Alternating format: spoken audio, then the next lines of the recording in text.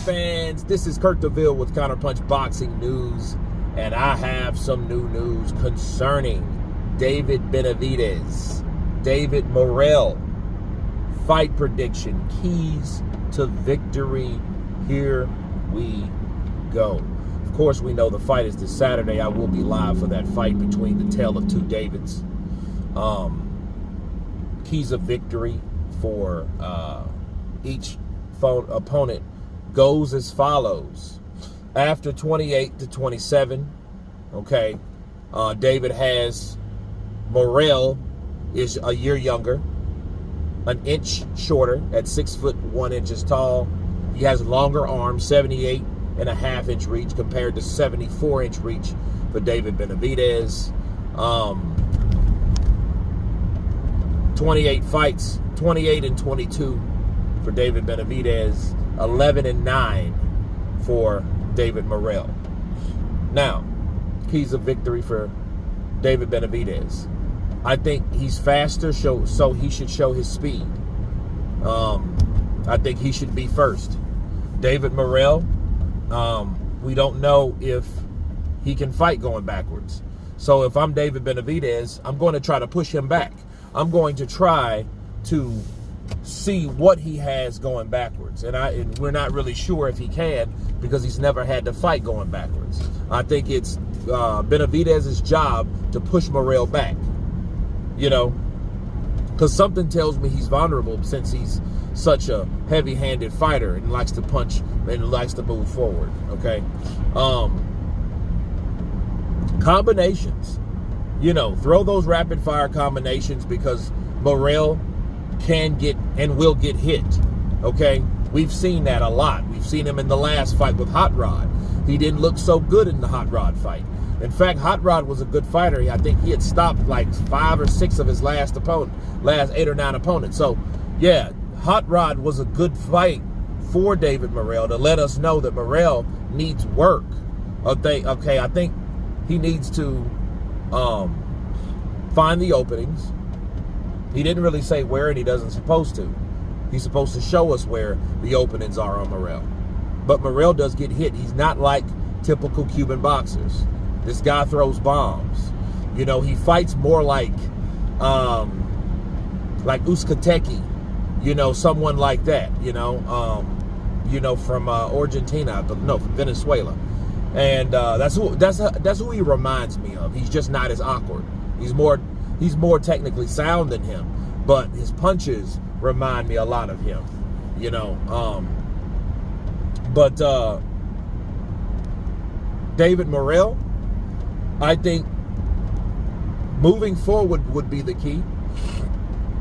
He's not the faster fighter, and I think he's going to have to utilize the openings that he lands. He's going to have to hurt Benavidez.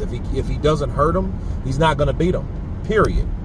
He has to hurt him and knock him out because I see David Benavidez throwing more punches, landing more punches, being quicker with his punches, and being first with his punches. You know, now I'm biased because David Morrell is a Cuban fighter. So, you know, there you go. But, I mean, I'm a sensible bloke, too. I do understand that, man, he's not gonna come in there and let Morrell do that to him, especially they're going to fight with mean intentions. However, I'll tell you guys this. It could be a good thing that they don't like each other, that they may throw caution to the wind, that more punches may land due to the fact that they're emotionally invested in this fight because they don't like each other. You know, and that's a good thing.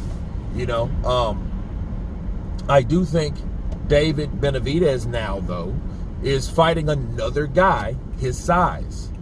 That being said, you know, Demetrius Andrade, smaller guy. Caleb Plant, smaller guy. 168 pounders, smaller men, smaller fighters. And I think that Morrell, you know, moving from 168 to 175, I think he's better fit at 175.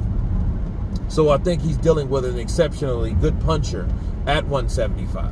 I think Morrell's the better puncher. He may be the better skilled. We will just have to learn on the day because there's so many things that we don't know about Morrell. But we can tell you this. His amateur background, being a defected Cuban, is what, 135 and 2 or something? 130 and 2, I believe it is. The cat has a very, very exceptionally good record. And those long arms, you know, he has to use those long arms. But however, it's almost like Mayweather taking on McGregor. McGregor had longer arms, but you can't throw longer arms faster than shorter arms. You know, so if you can get the range on with your shorter arms, your punches is going to land. Versus a jab for jab or a right for right or one punch for one punch. That's totally different. But combinations belongs to the shorter arm fighter, which is David Benavidez, which is at 74.5-inch reach, which is not short, by the way. That's some very long arms. Okay, David Morrell just has exceptionally longer arms than that. Okay, so it's a lot to take in dealing with these two guys. It may be a nasty fight, honestly, because the emotions are up. Expect a lot of clinches and stuff like that. David Benavidez has to watch out for that right uppercut coming from a southpaw like David Morrell. He will, or he can get caught with that shot, and I think that's his bank shot. I think his bank shot is that right uppercut of Morrell. So he has to be careful because he works it off his jab. So he'll jab and pow, then out of nowhere, you know, that jab is just a rangefinder for that uppercut to see where your head's going to be. And if your head's still there by the time he hooks or throws that uppercut, you may be in trouble. You know, but again, Morrell has to make Benavidez respect him, and really vice versa, because David Benavidez, his last performance against Volchnik went 12 rounds. It wasn't the average, everyday run-of-the-mill fight for David Benavidez, Alexander Volchnik. But then again, it's Volchnik, so it doesn't supposed to be as well. Okay, so a lot of people don't, they said he was okay. It was a mediocre performance just because he was so accustomed to just destroying people, stopping people, you know, dropping people. So, you know, I think Volchnik being a former WBC light heavyweight champion had something to do with it. He was just fighting a guy that is very skilled from the Ukraine. So that might have been what it is. And the same thing for David Merrell. You know what I mean? Because both of those guys, you know, don't have A's on their last performance. They don't. They don't have that. But David Benavidez, I think he should win by just being more active and being more busy. I think Morrell, he should win by landing his power shots, that right uppercut, that straight left, you know, catching him, David Benavidez, on the end of those shots because he has the longer arms. You know what I mean? He has to know what he needs to do. He has to know what his attributes are. You know, trying to fight with a firefight and throwing combinations with David Benavidez, I don't think that's too smart, because I think David is a lot faster than him. But we will see. You guys tell me what you think of this breakdown, keys of victory between David Benavidez and David Morrell. Of course, please subscribe, and you guys been Counterpunching. Peace!